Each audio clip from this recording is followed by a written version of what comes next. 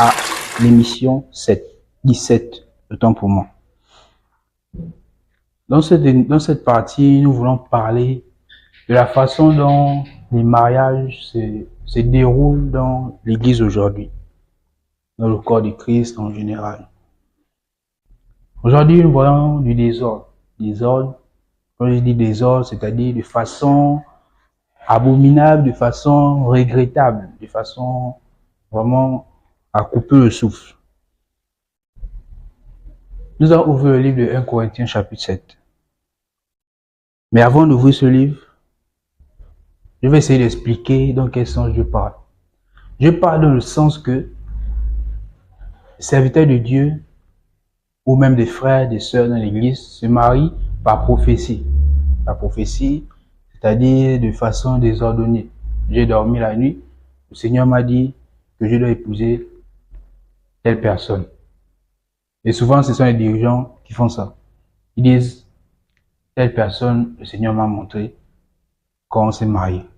Mais c'est bizarre, c'est une bonne chose. Oui, le Seigneur t'a montré telle sœur. Mais pourquoi, question que je me pose, le Seigneur n'a pas parlé aussi à la sœur, ou bien il n'a pas parlé à quelqu'un d'autre aussi pour confirmer, parce que la Bible dit que le témoignage de 2 ou 3 personnes est vrai. Si le Seigneur t'a montré, le Seigneur doit aussi montrer à la sœur. Mais la sœur est perdue en plein culte, elle ne comprend rien, comment le Seigneur t'a montré. Et aucun membre de sa famille, aucun membre de l'église, ou bien de personne au courant, c'est toi seul que le Seigneur a parlé. C'est étrange. C'est étrange. Et aussi dans le côté que lorsque quelqu'un est déjà accro à l'église, on lui a déjà lavé la cervelle dans l'église, ils ont tendance aussi à dire non, comme tu es chrétien, tu ne peux pas te marier avec une païenne. Comme tu es chrétienne, tu ne peux pas te marier avec un païen. Non, parce que toi tu n'es plus de ce monde, tu es déjà une nouvelle créature. La personne qu'on parle n'est même pas dépouillée, mais on dit que c'est déjà une nouvelle créature. Tu ne peux pas te marier avec un païen, tu ne peux pas te marier avec une païenne.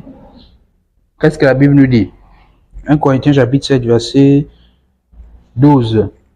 Aux autres, ce n'est pas le Seigneur, c'est moi. Qui dit, si un frère a une femme non croyante et qu'elle consente à habiter avec lui, qu'il ne la répudie point. Et si une femme a un mari non croyant et qu'il consente à habiter avec elle, qu'elle ne le répudie point. Verset 14. Car le mari non croyant est sanctifié par la femme et la femme non croyante est sanctifiée par le frère. Autrement, vos enfants seraient impurs, tandis que maintenant, ils sont saints. Verset 16. Car, que sais-tu femme, si tu sauveras ton mari, ou que sais-tu mari, si tu sauveras ta femme? Ici, l'apôtre Paul nous dit quoi? Il essaie de nous ouvrir les yeux, de nous montrer une réalité. Si réellement toi tu es chrétien, si réellement toi tu es sauvé, dans quel but tu vas te marier forcément avec une chrétienne? Tu peux te marier avec une païenne. Parce que si tu as l'assurance que toi tu es sauvé, non seulement tu te maries, mais aussi tu sauves une âme. De la même façon que le mari, il se marie avec une païenne, de la même façon que la païenne aussi se marie avec un chrétien, non seulement vous vous mariez, mais tu sauves aussi une âme. Parce que la Bible dit que par toi, cette personne peut être sauvée, peut être couverte spirituellement. Mais les dirigeants se lèvent ou les familles se lèvent, les frères en sein en Christ, ils veulent empêcher les mariages parce que non, toi tu es dans la foi et l'autre n'est pas dans la foi. Or que vous pouvez vous soutenir, or que vous pouvez vous, comment dire, toi tu peux être un bouclier, tu peux être, comment dire, un chemin, tu peux être un bras fort pour celui qui est faible. Toi tu es fort et l'autre est faible. Mais si vous deux vous êtes forts, comment ça va marcher? Qui va écouter qui? L'autre va montrer qu'il connaît. Lorsque tu vas dire A, l'autre va dire B. Il va dire c'est pas comme ça. Il faut forcément qu'il y a quelqu'un qui n'est pas au même niveau que toi. Que ça soit même aussi charnellement. Si 2 intellectuels se marient, le mari est intellectuel, la femme est intellectuelle, qui va parler qui? Même quand ils vont s'injurer, ce sera intellectuellement. Ils vont s'injurer intellectuellement. Donc tout ce qu'ils vont faire sera intellectuellement. Ça n'aura pas de sens. C'est la même chose dans le corps de Christ. Ce n'est pas une loi, ce n'est pas interdit. Non. Mais les serviteurs de Dieu aujourd'hui se lèvent et ils interdisent ça. Parce que tel frère a aimé telle sœur a aimé tel frère. Non, il ne peut pas se marier. Il faut d'abord qu'elle vienne à l'église. Des langages bizarres. Elle prie où? Elle ne prie pas. Il faut d'abord l'inviter à l'église. Il faut qu'elle fréquente d'abord l'église au moins pendant 1 mois. Elle paye bien sa dîme. On voit comment elle est. On la baptise, on lui fait ceci.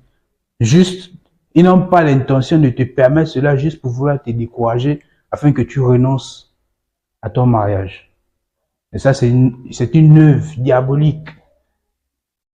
Or, ils prient où? Or, ceci, cela. Juste pour vous décourager. Les serviteurs de Dieu sont comme ça. Et vous allez voir, lorsqu'ils font ça, peut-être il a déjà apprécié la sœur avec qui tu veux te marier. Il te décourage. Il te dit non, il va faire une fausse prophétie. Elle est d'une famille de sorcellerie. Il faut la laisser. Parce que tu vas laisser, c'est lui-même qui va encore sortir avec ta même sœur derrière toi. C'est le désordre qui se produit aujourd'hui dans l'église. Nous devons nous dire la vérité et nous devons changer et sortir de ce désordre que nous faisons devant la face de Dieu.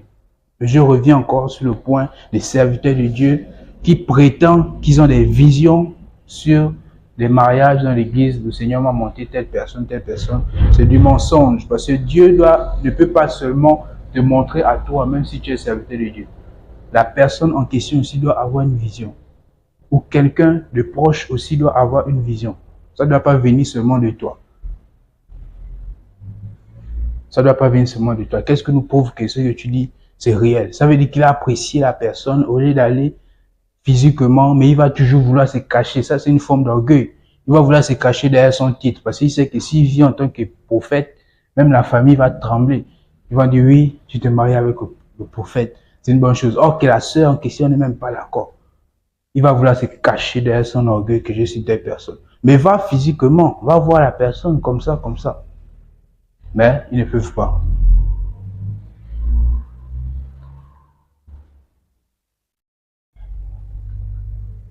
C'est un désordre. Que le Seigneur nous donne la grâce de sortir de là. Merci beaucoup.